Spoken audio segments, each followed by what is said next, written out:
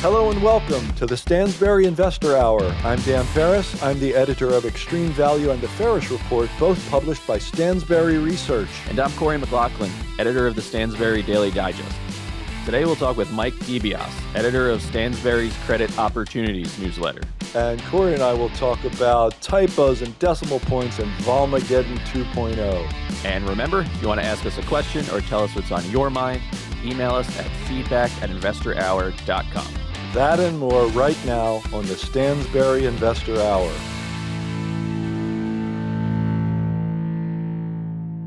Actually, Corey, do you want to tell the Lyft story? I feel like it's your story because you reminded me of it this morning.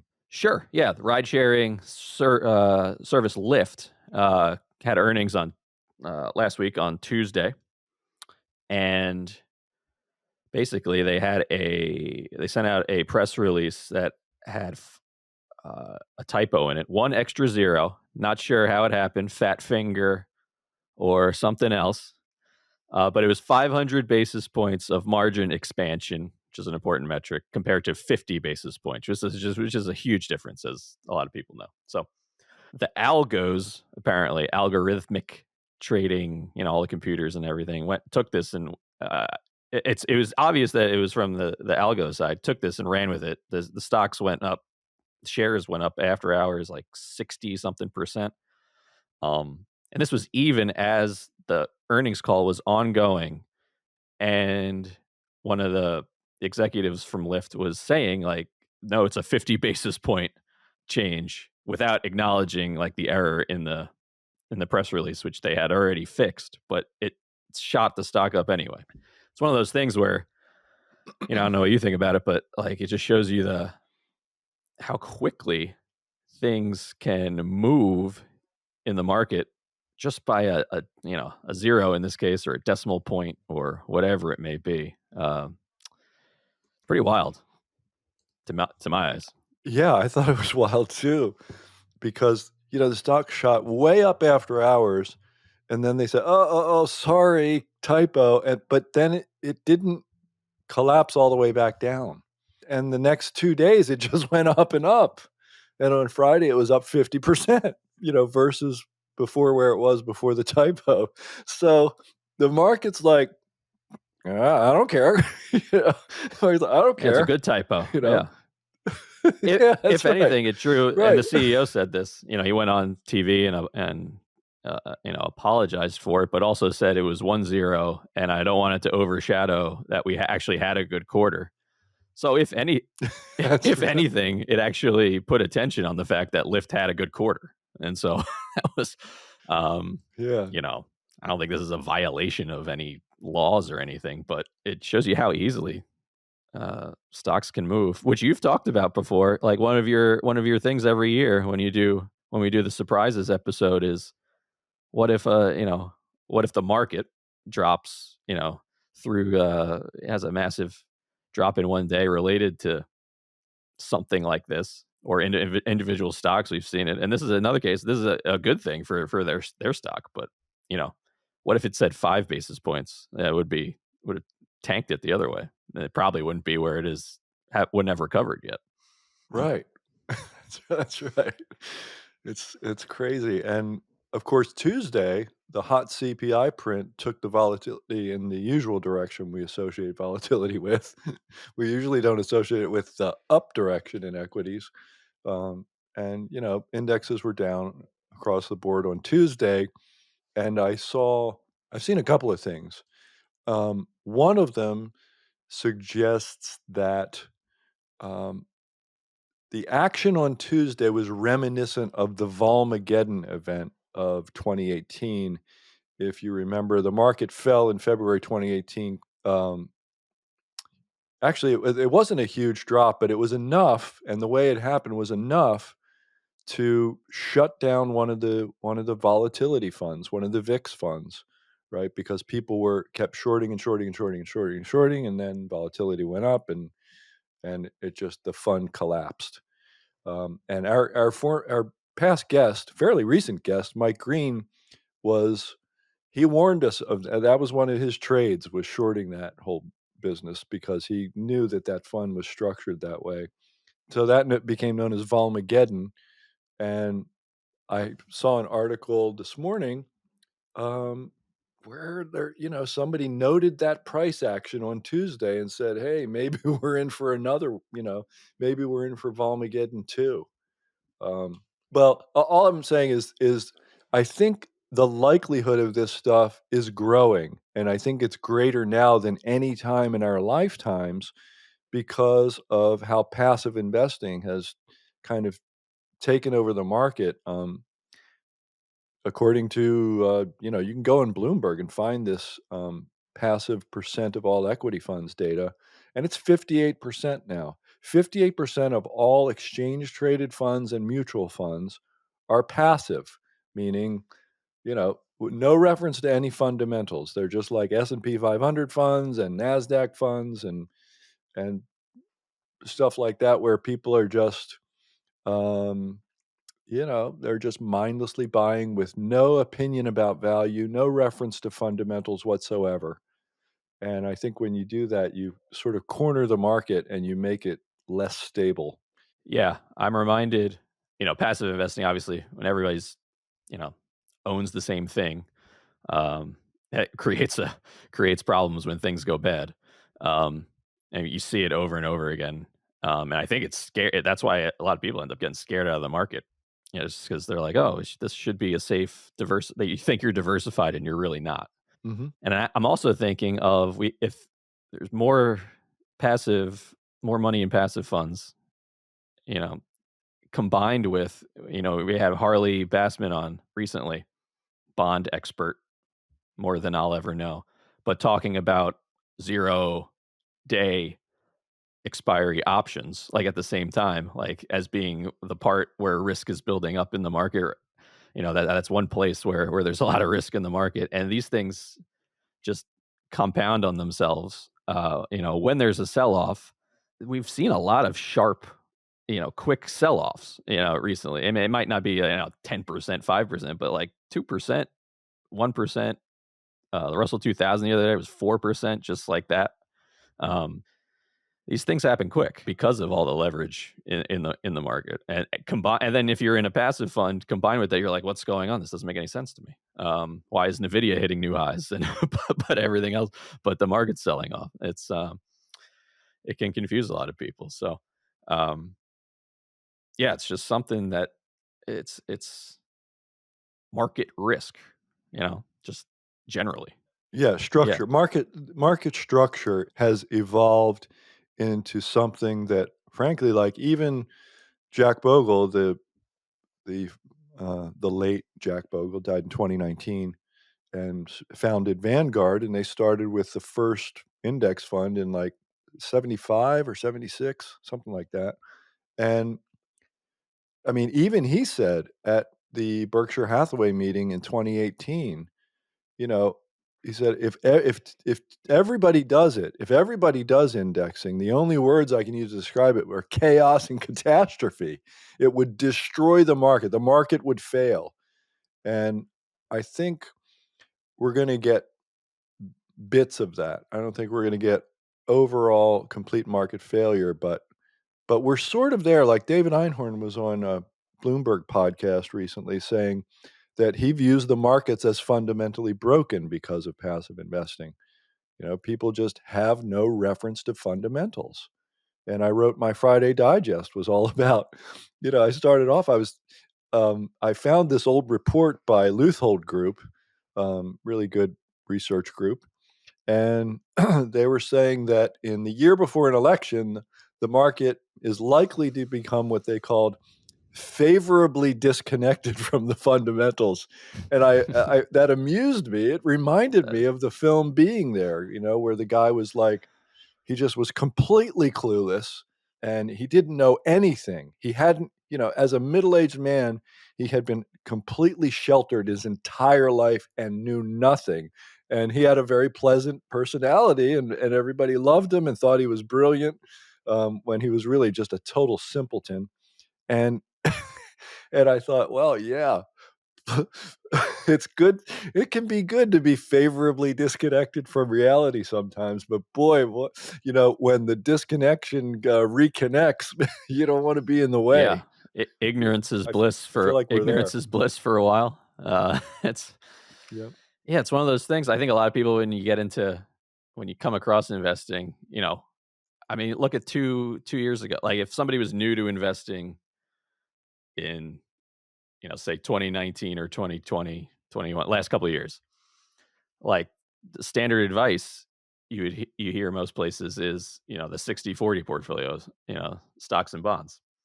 And then look what happened in 2022. Like the wor- the worst year for bonds since uh people were writing in ink on papyrus, uh Mhm. back in the day. And like Yeah. and if you and it's because you know well, you could think of a lot of different reasons why, but like a lot of managers, fund managers, I don't think were either not prepared for the interest rates to rise as much as they could, or even if they were, like had certain criteria that they need to make, benchmarks and criteria that they need to make in their own funds that they couldn't invest any differently. So Yeah, that's actually another market structure type of thing. People like everybody thinks that treasuries and stocks correlate negatively, right? You own bonds and you own stocks because your bonds will save you when your stocks aren't performing well. And the bonds got obliterated in 2022. And and from 2020, the real peak was in 2020 and through 2022 it was just like, you're down 50%. That's why we had 3 of the 4 biggest bank failures in US history in March and May of '23 because their treasuries were down 50%, yeah, you know? which by the way, they still are, like 30%, or whatever. And Yeah, so we may see that's more right. bank problems coming up here this year, when you get into more refinancings and all of that. So, we're starting to see it in commercial real estate where these I guess, and I read an article in Bloomberg this week that was pretty good about um, deals starting to be made in commercial real estate again, but which is good on one hand, but the bad part, or the risky part involved in that, is that they're being made at much lower valuations uh, than they were. And what does that mean for banks that are on the hook for loans? Well, I'll tell you Yeah. what it means. It means that they can't extend and pretend anymore. They can't say, "Well, we're pretty sure this loan is worth, 90% of par or something." When the property goes out at like 40%, you know, Yep. and so that's when they have to stop. If we get lots of market clearing in commercial real estate, lots of transactions because it's been slow. The gears are grinding, like there's no transactions. But if that really does continue to pick up, that's when you get the marks. That's when they can't fantasize anymore. And that's when we'll find out, you know, who's really kind of underwater already, really, in commercial real estate. Right. Yeah. And we know it's regional banks, but, When the tide goes out, it's hard to see who inside them. said the quote with when the tide goes out, you see what everybody's wearing? I don't know. Something like that. Yeah, Buffett Buffett. said Yeah. when you don't find out who's swimming naked until the There we tide go. goes out. I knew you'd know that. Yeah. So this is I find this topic very interesting, um, because nobody believes you until it happens. Like you could have said a week ago, we're ripe for the Russell 2000 to drop 4 or 5% in a day, and for the markets to really have a really single bad day. And people say, "Oh well, it was only 2, 3, 4%." Okay. Um, and now it's come and gone, and everything's fine, and um, the Russell's back up or whatever, the indexes are back up, and it doesn't register, you know? These risks don't register until they happen, and that that bothers me. That's why I always do that one, one of my top 10 surprises that I'll keep doing is that I think the S&P 500 can fall more than 20% in a single day, despite the existence of so-called circuit breakers that prevent that from happening. And just because I think, humans don't really control markets the way they think they do. They can shut down trading all they want to, but the bid and ask are what they are, you know, and they can't change that. Right. Yeah, and I think, like, if you're a person who's taking the time to, listen to this podcast, right? Like, I wouldn't be scared to think that you don't have the ability, with the right guidance and following the right the right guides to take a more active approach, like with investing, trading even. We've had really good traders on here recently, and, um, like they say, they all come back to the same fundamentals, about managing risk. So how do you manage risk in a passive investing world? Like, that's something big to think about that most Well, people don't think about. I addressed that in the current issue of the Farish report, and I found a really good fund that does a decent job of addressing it because what's happening is like I said earlier, the prices, the valuations are disconnected from the fundamentals. Right? They're favorably disconnected, for now favorably. So what David Einhorn did was he said, "Well, we're gonna have to change." He had to change the way he invested. So instead of finding an undervalued company, doing all your work, and buying the stock and waiting for the market to figure it out and then raise the valuation, you got to find other ways to make money. You got to get paid by the company, not by the market. And paid by the company means you know, they're generating lots of cash and likely to buy back lots of stock, pay big dividends, etc. Well, really, not etc. Just mostly those two things. There are other things you can do with cash. You can pay down debt, and you can also, which is can be very good for equity holders, and you can also let's say you can do a really good acquisition that will um, raise the earnings per share or whatever over time. So you'll get paid more that way in terms of the buybacks and dividends. So there are different ways to get paid. You don't have to have the market just make your stocks more expensive relative to their earnings. And and so he's had to do that. And I found a fund that I think kind of does that as well. It does let's say it does a version of that, and you get paid. Basically, the idea is you get paid in cash by the companies rather than waiting for the market to reward you with a higher valuation because you know the Because those are high enough already. Yeah. yeah, well, they're high enough already, but they're not gonna get higher for a lot of other companies because passive investing concentrates the market. The market is more concentrated now, says, asset management firm GMO. The market is more concentrated now. It's never become this concentrated this quickly before in history.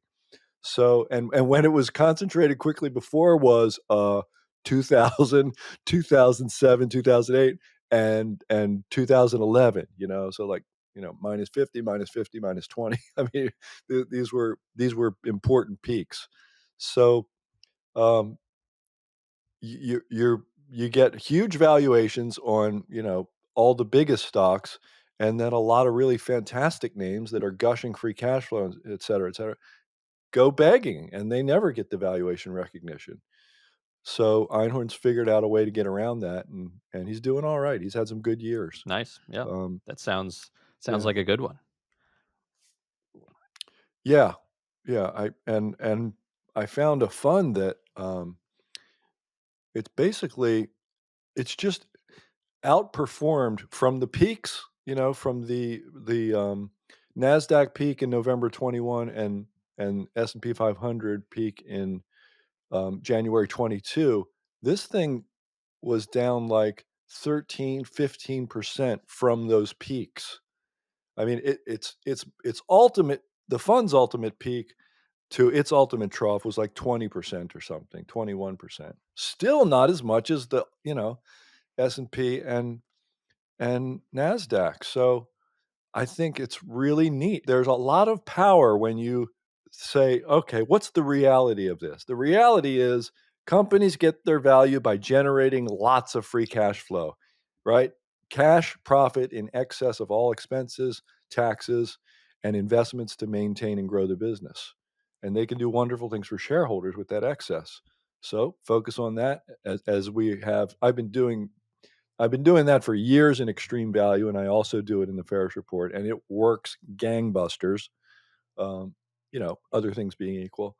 So yeah, I'm excited about that much at least. There is in that way, like that's real investing, right? When you're not counting on the stock market to take care of you, right? Right. You're investing in a business, and you have equity in you're buying equity in that business, right? And what they do with it, they'll do with it. What will they do? Will they make typos in press releases, or will they? Well, I'm just kidding on that one. But they'll do they'll the quality companies. We say like Stansberry we at Stansberry Research say this all the time, like high quality companies, right? And I get like that can fall on deaf ears a lot of times when you see the market make all time highs, and Nvidia's got a bigger market cap than countries and all of these different things. You're like, well, what am I missing with that? But like on a day like over the long term, like that's what you want to be owning these shares of high quality companies as your core, I think. And like on a day like last week, Tuesday, when I think, or whatever day it was last week, when the market was down overall based off of like one inflation report. Uh, by the way, a decimal point in that inflation report, by the way, 0.2 was the expectation for the monthly growth number for January, and it was reported at 0.3, and that sent enough people and traders going bonkers. On days like that, I was looking at, okay, is this like going to be the start of something bigger or not, or whatnot? And I'm looking at which stocks went up on that day, and it was quality companies that we have been recommended in our publications before. And so that just shows you what you said, real investing versus all of these other things that we've been talking about today. Yep.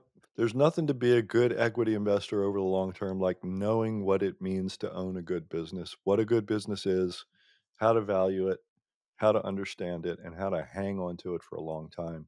And our guest actually is good at that. He's good at something else, though, that is not equity investing, something you absolutely must do. And now, as we will discuss, is an excellent time to do it. So if you never did this before, and I'm not going to tell you what it is, we'll get into it. You'll figure it out quick enough. You should listen up, listen to our guest, Mike DiBiase, who is our friend and colleague here at Stansberry, and do what he's talking about. Okay? So let's find out what the heck Dan's talking about and talk with our guest, Mike DiBiase. Let's do it right now. NVIDIA may be America's top performing stock after more than doubling this year alone. But if you're holding NVIDIA or thinking of buying it to get a stake in the $7 trillion AI market, you're going to want to see Mark Chaikin's new AI prediction first. Mark is a regular on many major news outlets from Fox Business to CNBC, and he built the stock indicator Wall Street uses to find winning stocks. His award-winning system flashed buy on Tesla before it climbed 335%, Moderna before it climbed 300%, and Riot Blockchain before it climbed 10,090%. It also found NVIDIA at the start of 2023 before its massive bull run. But right now, Mark is stepping forward to warn people to stay away from NVIDIA. My system has indicated that NVIDIA is no longer the best stock to buy to profit from AI, Mark says. In fact, it just flashed buy on a totally different AI stock. And today, he'd like to hand you the name and ticker symbol of his number one AI stock to buy right now.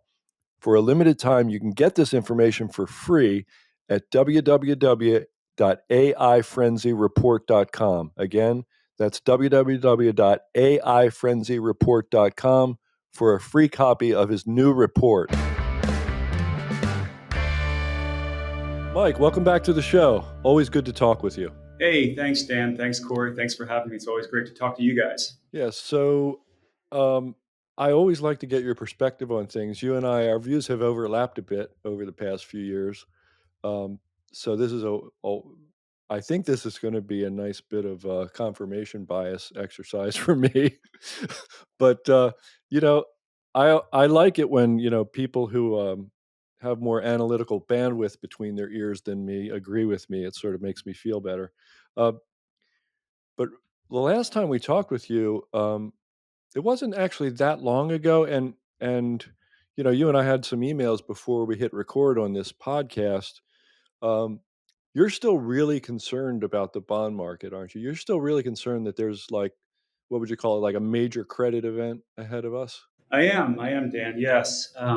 No, my views haven't changed at all since the last time we spoke. And for those who didn't listen to our first conversation, I am a credit analyst, and I write our Stansberry Research's corporate bond newsletter. And so I follow the credit markets very closely. And I do believe that we are on the cusp, or actually in the early stages of the next credit crisis.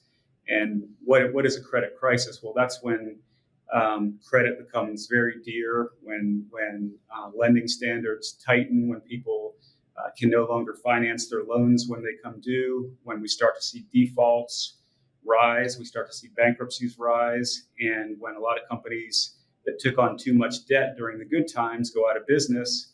And the stock market doesn't typically fare too well when that happens as well. But it's a clearing event. It's when all the excesses of the good times are sort of cleared away, and we kind of start with a new, fresh page again. And usually these types of things are very cyclical, and they happen about once a decade.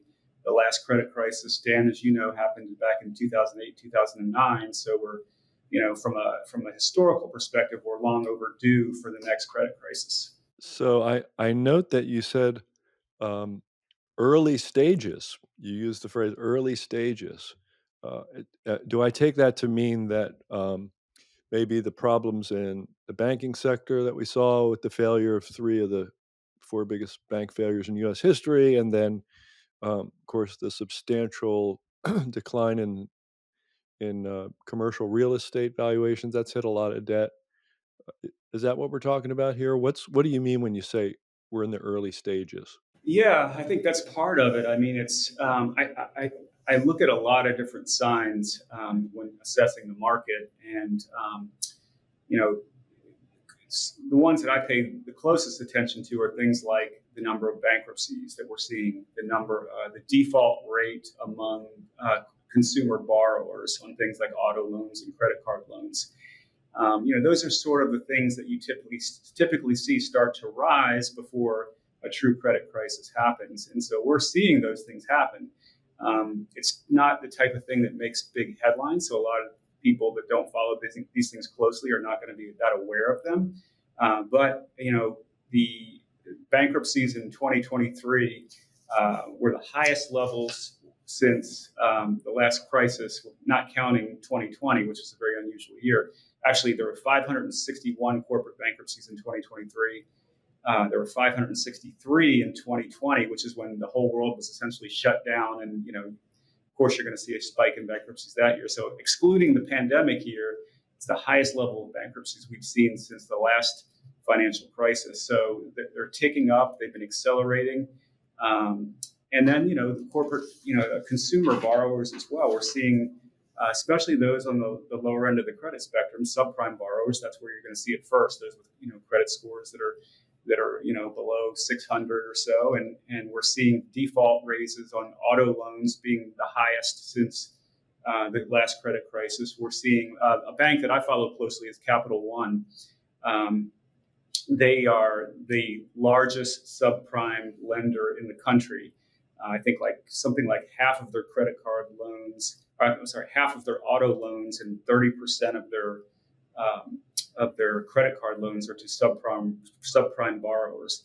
It comes to something like $80 billion worth of loans, and they're seeing their default rate. It's been steadily ticking up from like 3% to 4% in the latest quarter. In Q4, it was 4.61%.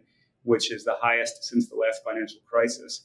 And so, their CEO will say things like, "Oh, this is just a return to normalization from abnormally low rates, following the pandemic." But it's actually not. It's higher than their normal rates. And he said, funny because the CEO who's been at Capital One since the last financial crisis, he said the exact same remarks back in 2008 when it started ticking up last time. And so, it's kind of like a doctor. Like if you got a patient monitor, hooked up to a bunch of monitors, and the doctor's looking at different vital signs. You may have some signs. The breathing looks great, or heart rate might look great, but there's a couple of signs that are ticking up, and that's what I'm seeing now. But that's why I'm saying it's in the early stages. These things are rising. Everything's looking exactly like it looked back in 2008, the summer of 2008. So that I think it already has started. And I don't think there's any turning back from here. I think it's an inexorable event that's coming, and I think it's going to start in 2024 and probably bleed into 2025. Do you think, if interest rates are down, if the 10-year, let's say, drops 100 basis points from where it is, let's say the Fed does go through with some cuts and it actually, the longer end of the curve actually does come down, that would delay some of that, would it not? Well, not necessarily. I mean, it's actually, when you look at history, the real pain happens after the Fed starts cutting interest rates. So, it's kind of like, if a patient, drinks alcohol in excess and eats nothing but junk food, and, you're doing all these bad things to your body, but you're eventually going to have to pay the price, right? You can stop doing those things and maybe start eating healthier, but eventually the damage has already been done, right? You're gonna see some negative health effects from your past actions. So I think what we know from history is that recessions typically don't start until after the Fed starts cutting rates, not when they stop or pause rate hiking. It's when they start cutting rates is when the real pain happens. And that's when you see the biggest declines in the stock market as well as the bond market. Yeah. So I talk about this stuff too sometimes, usually from the perspective of equity markets, but you can't, when there's big problems in the debt market, that sets off, all the rest of it. So, Well, to that point, Dan and Mike, you were talking to me a little bit before we recorded here. You're a debt guy, but you were looking at the stock market too, and just in terms of what's happening with earnings right now. I think how does that factor into what you're seeing as well with the earnings of companies? Yeah, well, what I'm seeing when I look at the stock market is everybody kind of knows about the Magnificent Seven and how it led the market last year, and that's all true. But when you look at the overall health of the market, you see a much different picture. We've seen corporate earnings decline in 2 of the last 3 quarters. I think that was actually slightly up in Q4, Corey. But overall for the year, for 2023, corporate earnings declined, right? And I remember going into the year, I was expecting a recession in 2023, and I'll be the first one to admit I was wrong about that. And I think this credit crisis, guys, has been playing out more slowly than I expected. I mean, I kind of liken it to like a train wreck, a slow motion train wreck, right? We know the train's going to crash. I just don't know exactly when it's going to crash and hit the wall. So it's happening a little bit more slowly than I expected. But at the beginning of 2023, I was kind of laughing because everyone expected corporate earnings to grow 7 or 8%. And I said, there's no way that's going to happen. And we didn't see a recession in 2023, but corporate earnings actually declined despite all these tech companies having fantastic years and posting incredible numbers. The overall earnings of the market declined. And then again, there's been an earnings recession, right? Yeah. There's been an earnings recession, and I'm seeing the same thing again. Like with all these negative signs I'm seeing, the recession indicators are all saying the same thing. There's going to be a recession. There's going to be a recession. It's never not happened when these indicators are going off. Everyone expects earnings to grow another 7 to 8% this year, and I just don't see that happening. I think we're going to see. I really do believe 2024 is going to be the year that it starts. Yeah, that makes sense. Go ahead. I was going to say, so you have earnings that are contracting, and yet the market's hitting all-time highs. And it was already expensive at the start of 2023. So it's like, how much longer can this disconnect go on, and what's causing corporate earnings to go down? Well, we know interest rates are much higher, 2 or 3 times higher than they were a couple of years ago for corporations. We know that inflation has affected every household as well as every business. So these things are, maybe subsiding a little bit, and there may be some small relief on the horizon, but these things are still there. Interest rates are still high. Inflation is still high. Prices are 20% higher than they were pre-pandemic. So, the pain is still in the system, and it's still being felt, and corporations are having to digest this. And while that's going on, consumers, who are 60 or 70% of the economy, are really suffering. When you look under the covers, like most people, especially on the lower income scale, are really struggling to make ends meet. And that pressure in the system is continuing to build. I see. So I find all this fascinating. We quote a lot of the same statistics and we look at a lot of the same things, but something happens when you start talking about this stuff. Um, Quickly, an investor will say, "Well, they want you to be more specific. How does it start?" Because they're looking back and they say, "Well, the housing bubble really crashed the whole system back in 2008, right?" And some people saw that coming a long way off, and blah blah blah. Um, and it's a weird question. I always say I have no idea. I just know that under these conditions, you better be careful.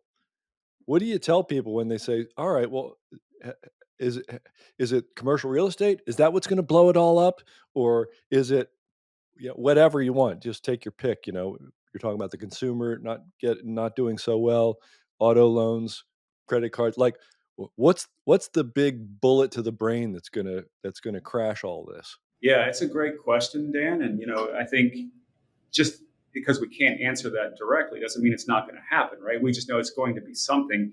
I personally believe that it's going to be the consumer, and I've been saying that and writing that for a couple of years now. The consumer is, like I said, 60 or 70% of the economy, and we know that household debt is now over $17 trillion, the highest it's ever been. It's up 40% from 2008. There's $1.1 trillion of credit card debt out there today. That's up 33% since the last financial crisis. It's a record amount. Credit card interest rates are 23% now, the highest they've ever been. So you've got record credit card debt, you've got record credit card interest rates, and you've got all this record inflation that's happened the past couple of years. So households are digesting this. Yes, wages have gone up some to offset that, but like, how much longer can the consumer take before they cry uncle? And what you look for is things like default rates and delinquency rates on auto loans and credit card loans. You expect to see them ticking up, and that's exactly what we're seeing right now. And I expect them to continue to tick up throughout 2024. And the other things you mentioned will happen too. Commercial real estate's a big problem, right? Higher interest rates and the pandemic hurt that. Who holds most of the commercial real estate debt? Well, it's regional banks. And what happens when regional banks are sitting on massive losses, not only from their treasuries, which we already knew about, which caused the bank failures you mentioned last year, Dan, but what's going to happen? Well, they're going to tighten credit, right? Credit's already as tight as it's been since the pandemic started. The tightening has eased a little bit, but it's still tightening. And so as these banks have to write down their commercial real estate loans, they're going to do less lending, especially to riskier borrowers. And so I think that's going to just make things worse and exacerbate the problem. You've got, $2 trillion of corporate debt that has to be refinanced this year and next year. And so you've got lots of companies who have taken on a tremendous amount of debt when interest rates were near to zero, who have to refinance this debt. Like, there's no way they can pay this off with the profits they're making, because they're not making that many profits. I'm not talking about Apple and Nvidia and those type of companies. I'm talking about your average companies, most companies. And so, they've got to now refinance this debt, not at 1 or 2, 2 or 3%, which is what they might have borrowed at before, but now 6, 7, 8%, right? And they were barely making money when they're paying interest at 2 or 3%. How in the world are they going to make money when they're paying interest at 7 or 8% now? So there's a lot of different things that could set this off. But I think my answer to that question would be, I think overall, I think it's going to be the weakening of the U.S. consumer as that continues to sour. That's going to weigh on companies' top lines, and then inflation and interest rates are going to continue to damage companies just like they have throughout 2023. So it's sort of coming from different sides, but the consumer, I think, is the biggest driver. So it remains kind of out of the headlines and a more technical, analytical sort of an argument until, the real bleeding starts and the headlines are filled with stories about this company that failed and that company that failed and the other one that failed. It fascinates me. And of course, you can do, work on individual names and individual companies, and you can find out what looks like it's going to go bad. Um, but it just this I guess maybe I'm a little bit too fascinated with this, but the fact that it remains this sort of thing where I'm looking at cycles and I'm looking at some of this sort of macro type data that you're talking about, and I'm thinking, "Oh boy, we're set for a big one here." And you sell that to people and they say, "Yeah, but I own Nvidia and I just like quadrupled my money in 3 years or something," or whatever it was. 2, I don't know. And I don't know if it amuses me, but it fascinates me that you can get this, sort of Thanksgiving Day turkey thing. Everything's just fine, and then wham, you get your head chopped off. Yeah, and it can happen quickly, right? I mean, for those of us who have been around long enough, we remember. I wrote an issue of Credit Opportunities recently where I compared where we are today to May June time frame of 2008. So just to kind of remind people, back in May and June of 2008, there were lots of negative headlines that preceded that time. There was the subprime mortgage crisis. A lot of people were taking losses on those. Borrowers were defaulting on their mortgages, and the Fed stepped in and they bailed out a lot of companies, and they started guaranteeing some of these loans. They started lowering interest rates, and everybody kind of relaxed. It's kind of like what we're doing today. We've kind of relaxed. We saw the bank failures in 2023. We saw all the problems and the bankruptcies, the increasing defaults, and everyone's just like, no, we don't need to worry about that. And so the stock market ripped higher, the bond market ripped higher, and then the negative news kept kind of trickling in. Like the real underlying stress in the systems didn't go away. Like the Fed can't bail out everyone. And so other banks started to fail, like Lehman Brothers and Washington Mutual. And what we saw is that GDP growth, which was something like 2.5% in Q2 of 2008, suddenly sank the next quarter, and we entered a recession in the second half of 2008. And all of a sudden, the stock market, in a very short period of time from that point, fell something like 50%, and the bond market crashed as well, right? So everybody sort of relaxed, said, "Oh, well, the Fed's got our backs. They're lowering rates. Things are going to be great." And you know what? They can't stop it. They can only delay it, and they've already delayed it. And at some point, you have to pay the price for the excesses. You can't. It's like you can't blow up a balloon forever, right? At some point, it's going to pop.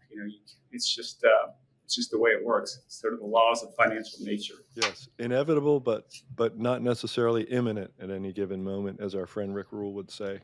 So what the hell do? You just sit here and wait?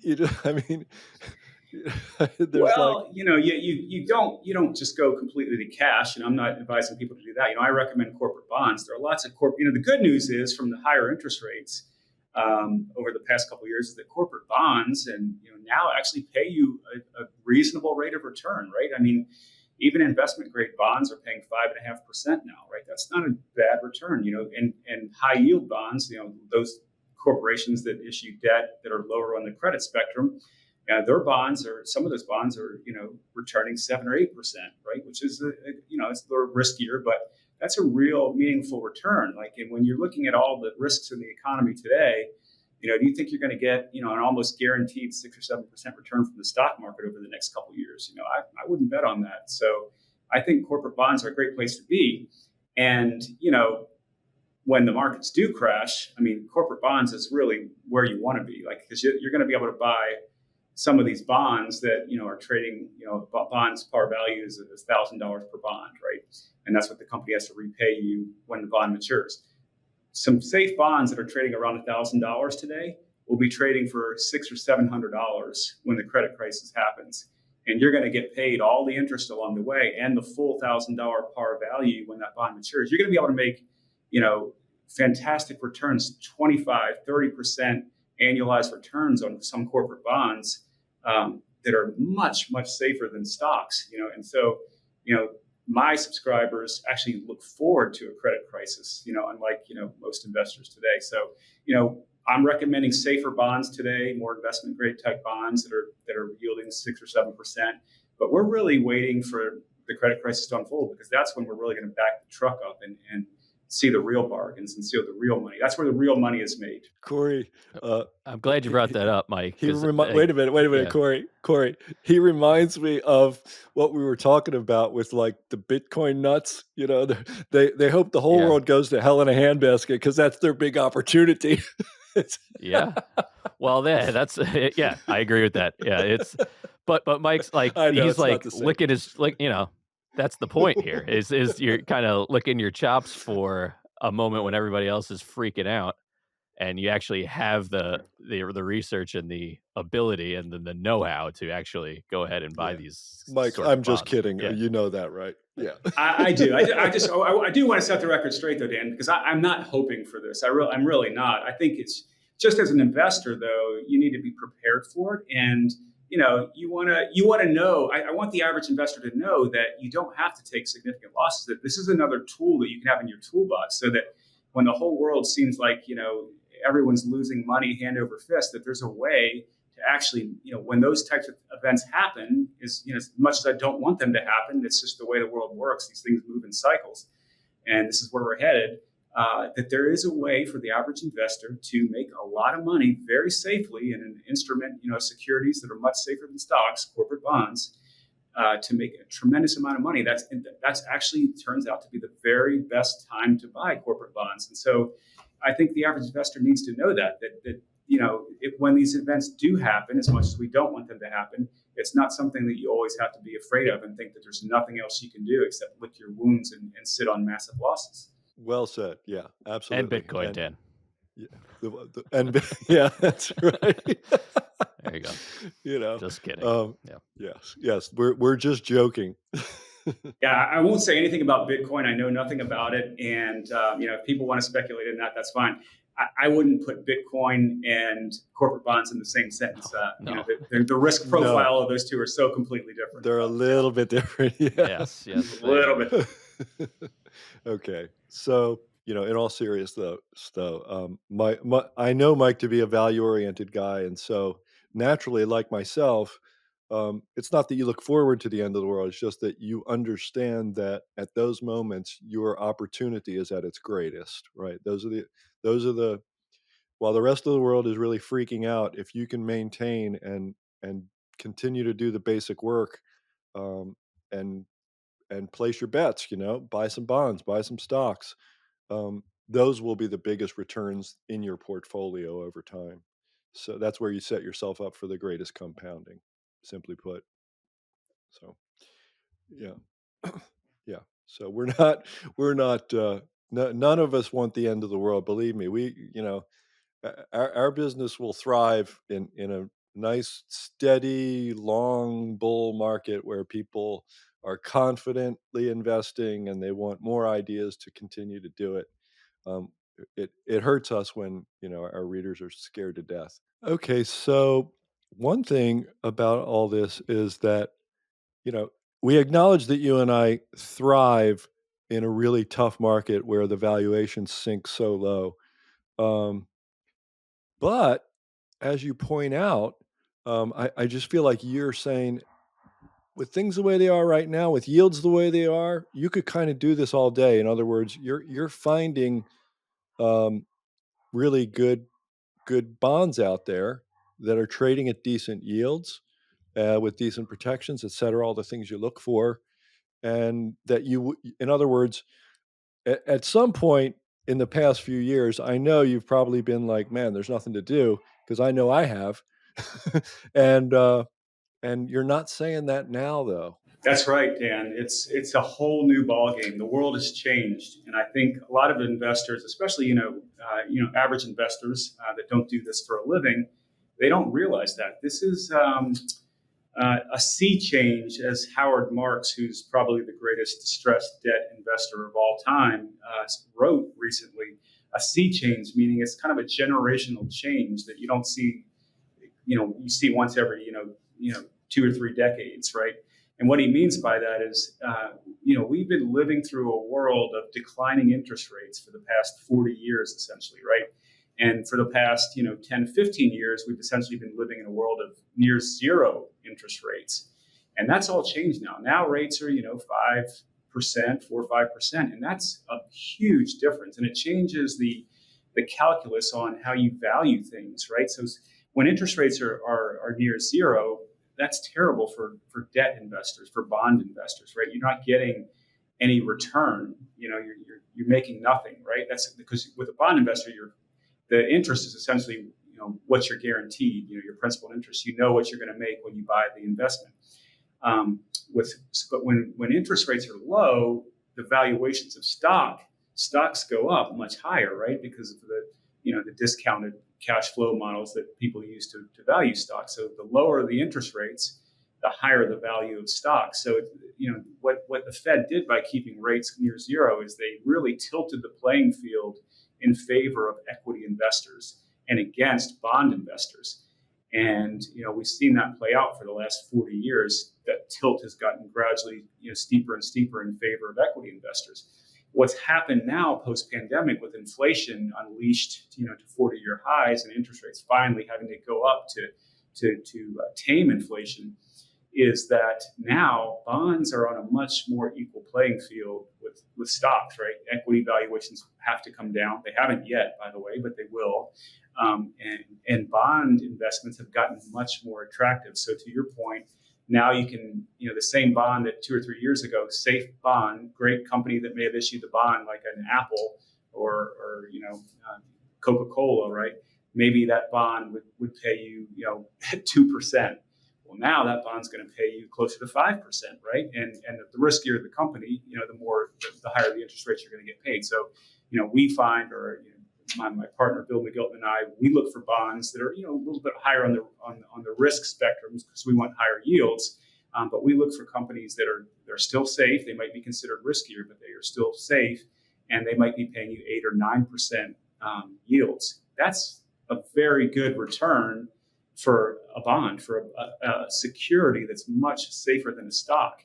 And so it's a new world now. So yeah, who wouldn't want to make almost, it's not guaranteed, of course, but close to guaranteed 7 to 9% on a much safer investment than a stock, which how many stocks are paying even a dividend yield close to 9% today, and with the opportunity that the value of that stock could plunge on any day, right? So um, times have changed, and it's good to be a bond investor now. And I don't think we're going to ever go back to that world of 0% interest rates again. I think with all the money that's been printed since the pandemic, the money supply increased by more than 40%, and it's a staggering number, Dan.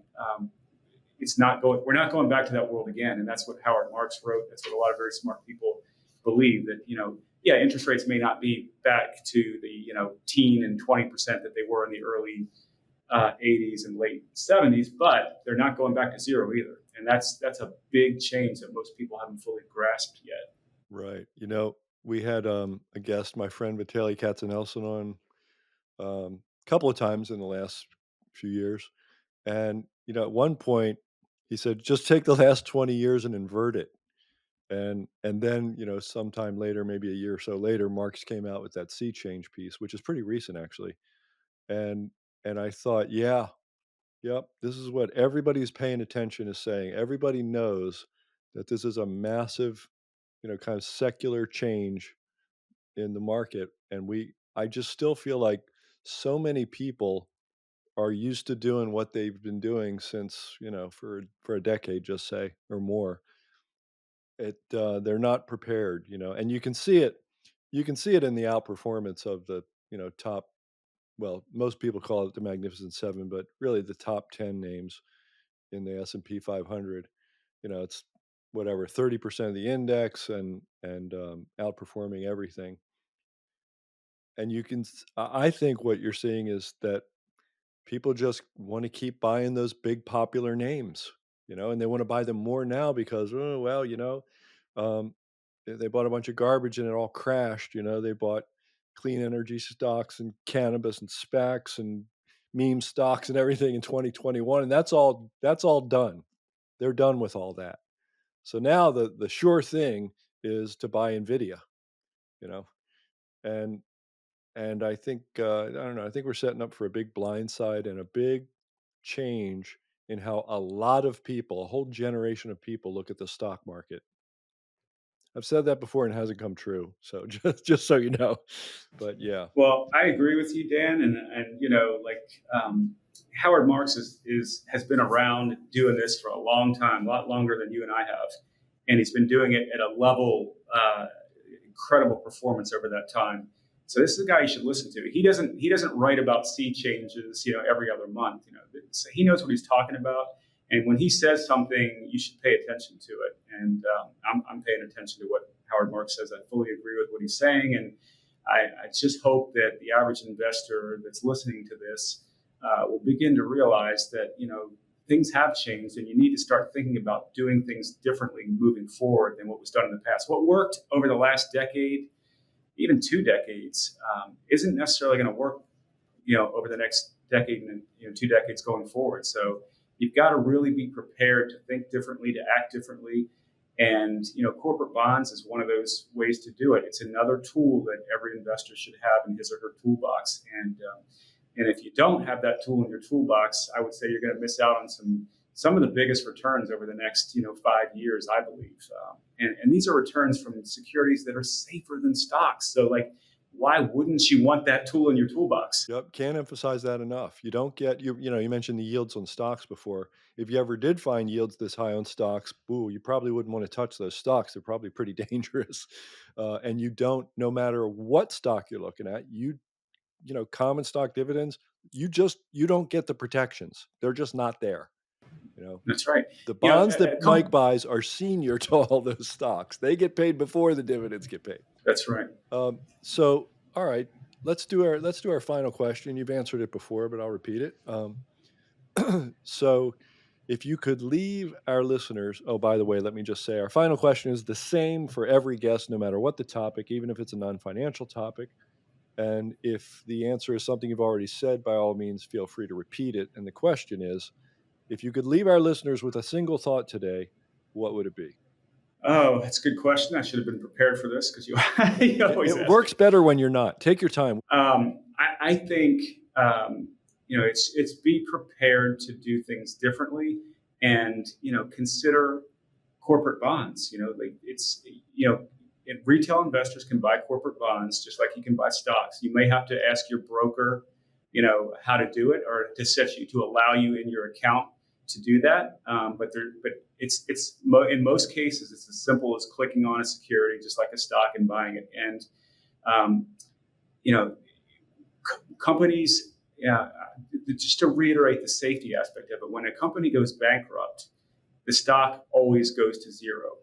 But the bond, if you're holding the bond of that same company, investors in the bonds often get a big portion of their investment back. Typically, on average, it's about 40% of your capital. So even in the absolute worst case scenario with bonds, you're going to walk away with some portion of your investment back.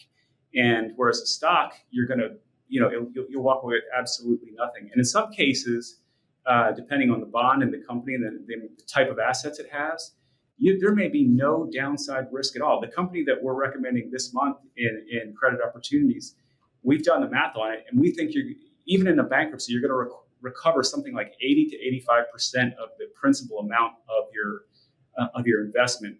And we don't think the bankruptcy is even possible for the next, say, 5 years. So with the interest payments that you're going to collect in those 5 years up through bankruptcy, that more than covers your investment. So you're still actually going to have a gain on your investment, even if this company went bankrupt in the absolute worst case we could possibly think of for it. So it's like, the difference between investing in stocks and bonds is just completely different. And if you've never considered it before, I would just ask your listeners to consider it. It's really not hard.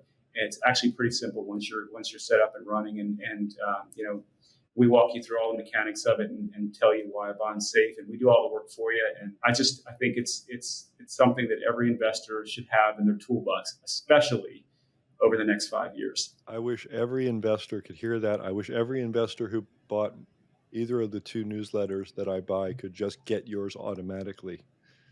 That's the deal I always want to offer, because you're right. I'm only going to recommend some bond funds, but that's a totally different thing. And what Yep. you're doing is special, and a lot more people should be doing it. You should have 10 times as many subscribers as far as I'm concerned. But thanks, Mike. Thanks for being here. It's always a pleasure to talk with you. Thanks, Dan. Thanks, Corey. It's always a pleasure to talk to you guys. Hopefully, we'll talk again soon. Oh, we will. Bet on it. Thanks, Mike. All right. Take care, guys. All right, thanks. The Fed wants you to believe they've got inflation under control, but I believe we've only seen the beginning of a devastating new crisis. And if you don't prepare now, you could see your savings evaporate as inflation and interest rates soar even higher over the next 2 years. It all traces back to a golden thread that ties together the biggest financial calamities in America's history. But it seems the entire financial world is falling into this very same denial trap that led to massive devastation the last time this crisis played out. If you know your history, you know there will be winners and losers, and now is when you decide which one you'll be. I've spelled it all out in an urgent new report. Go to www.bankrun2023.com to get your free copy.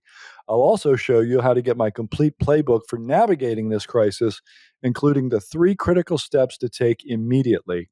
Again, that's www.bankrun2023.com for your free copy of my new report. Always a pleasure to talk with our friend and colleague, Mike DiBiase.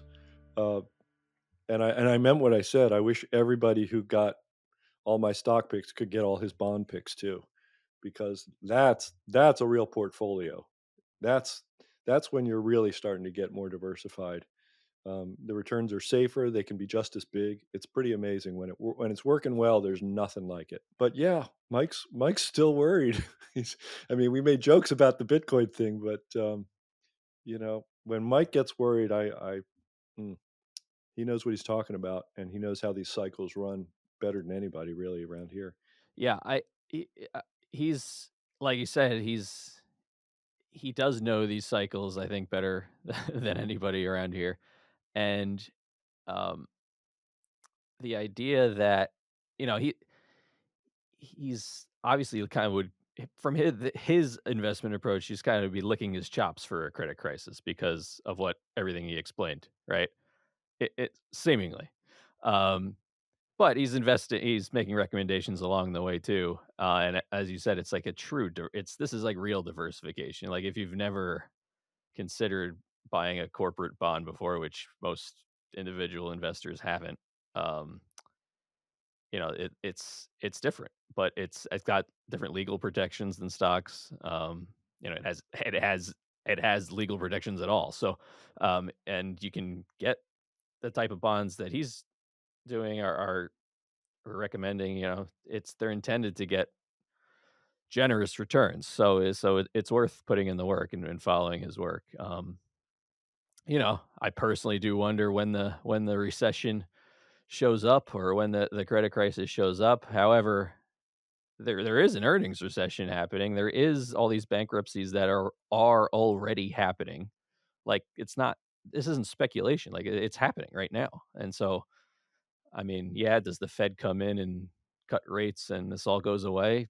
I don't know. I think the problems are still there, even if they cut rates. And to your point about, like, you never know, like, these things build up slowly and then they're just like boom, they're there and everybody's talking about it. I think a lot of it seems to me like it's all leading towards the road of people losing their jobs and the unemployment rate like going up, and that will be when most people in America get are like, okay, why are all these companies laying people off and going bankrupt? Like, how did this happen? And then you go back and explain, like, oh well, here's everything that happened the last 4 years. Right. So when I asked Mike what he thought the catalyst or what would blow up, what would go wrong, He pointed to the stresses in the consumer, which is 60% of GDP.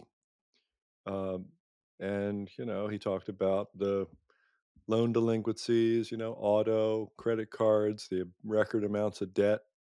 And, you know, like I said, even that, it's, it's just, it seems such an abstract exercise until it starts hitting the headlines. It's the weirdest thing because it's not like with, we do bottom up research on individual companies. So we get, pretty kind of nitty gritty and very specific.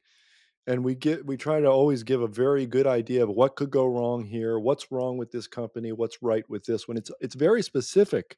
And when we write up our recommendations, we tell very specific stories about individual people who have a big effect on an industry or a business. I just don't feel like I feel like that's harder to do with this sort of broad credit crisis that Mike is talking about. Um, Certainly, you can look at individual companies that are deeply indebted and highly risky and might go bankrupt, likely to go bankrupt, and bankruptcies are up. But we're still, the S&P 500 is like bumping up on new all-time highs, and I get the difference between that and like an equal weighted version of it, but still, like, it just it looks like it feels pretty good to a lot of people. If you've got your 401k in an S&P 500 fund, what do you care if it's going up because of the Magnificent Seven versus the rest?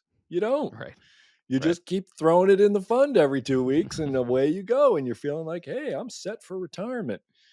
And it's all good until it's not. It's all Right. good. And Yeah, it's all. yeah. Yeah, and not only that, it's like you're brilliant and things are perfect until Yeah. whoa, until they're a disaster. Until whoa, there's a financial crisis that Oh, darn, yeah, didn't see that coming. we're still recovering from 15 years later. Yeah, everything was great last year, and this year everything's bad. It's a strange thing, but as Mike points out, and as I pointed out, and you point out, we all, you can prepare for these things, and I think you can do it in a way without, you know, a huge opportunity cost. We're not talking about selling all your stocks or anything. We're talking about, hey, own some corporate bonds, own some T-bills. I've been telling people, own some corporate bonds and some T-bills. Get yourself a good solid 5%, 8%, whatever, and you don't have to do nothing. Maybe that's the lesson here. You don't have to do nothing. You can be really expecting something big and horrible to happen, and you don't have to do nothing. In fact, Mike mentioned Howard Marks, and there was a piece he wrote some not too long ago called "It Is What It Is," I think. One of those pieces where he was saying, look, the interest rates were not up at that time when he wrote it, whenever it was. And he said, it is what it is. We do what we can. We're still investing. We're still finding things to do. They're not the greatest things to do. They're not as good as, maybe today when you're getting 5 to 8% in corporates.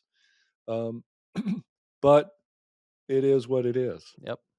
Again, I feel like I say this all the time, but it really comes down to your goals and your ability to what risks you want to take on, your timeline, those kinds of things. And then, if something like corporate bond investing fits that, check out Mike's work and Bill's. I mean, it really, like, these, you can't predict. I'm going to sound like you for a second. You can't predict exactly what's going to happen, but you can prepare for the outcomes. I mean, it's really whether that's long term trading or like we've had a couple, trader like intensive guests recently. Like, it's the same idea, but they're just doing it a different way. They're weighing the risk and reward. So Yeah. All right. Well, that's another interview, and that's another episode of the Stansberry Investor Hour. I hope you enjoyed it as much as we did. We do provide a transcript for every episode. Just go to www.investorhour.com, click on the episode you want, scroll all the way down, click on the word transcript, and enjoy.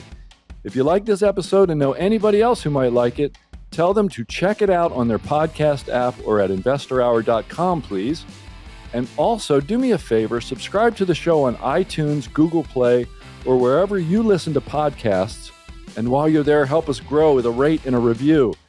Follow us on Facebook and Instagram. Our handle is @InvestorHour. On Twitter, our handle is @investor_hour. Have a guest you want us to interview? Drop us a note at feedback@investorhour.com or call our listener feedback line, 800-381-2357. Tell us what's on your mind and hear your voice on the show. For my co-host, Corey McLaughlin, until next week, I'm Dan Ferris. Thanks for listening. Thank you for listening to this episode of the Stansberry Investor Hour. To access today's notes and receive notice of upcoming episodes, go to investorhour.com and enter your email. Have a question for Dan? Send him an email, feedback@investorhour.com. This broadcast is for entertainment purposes only and should not be considered personalized investment advice. Trading stocks and all other financial instruments involves risk. You should not make any investment decision based solely on what you hear. Stansberry Investor Hour is produced by Stansberry Research and is copyrighted by the Stansberry Radio Network. Opinions expressed on this program are solely those of the contributor and do not necessarily reflect the opinions of Stansberry Research, its parent company, or affiliates. You should not treat any opinion expressed on this program as a specific inducement to make a particular investment or follow a particular strategy, but only as an expression of opinion. Neither Stansberry Research nor its parent company or affiliates warrant the completeness or accuracy of the information expressed on this program, and it should not be relied upon as such. Stansberry Research, its affiliates, and subsidiaries are not under any obligation to update or correct any information provided on the program.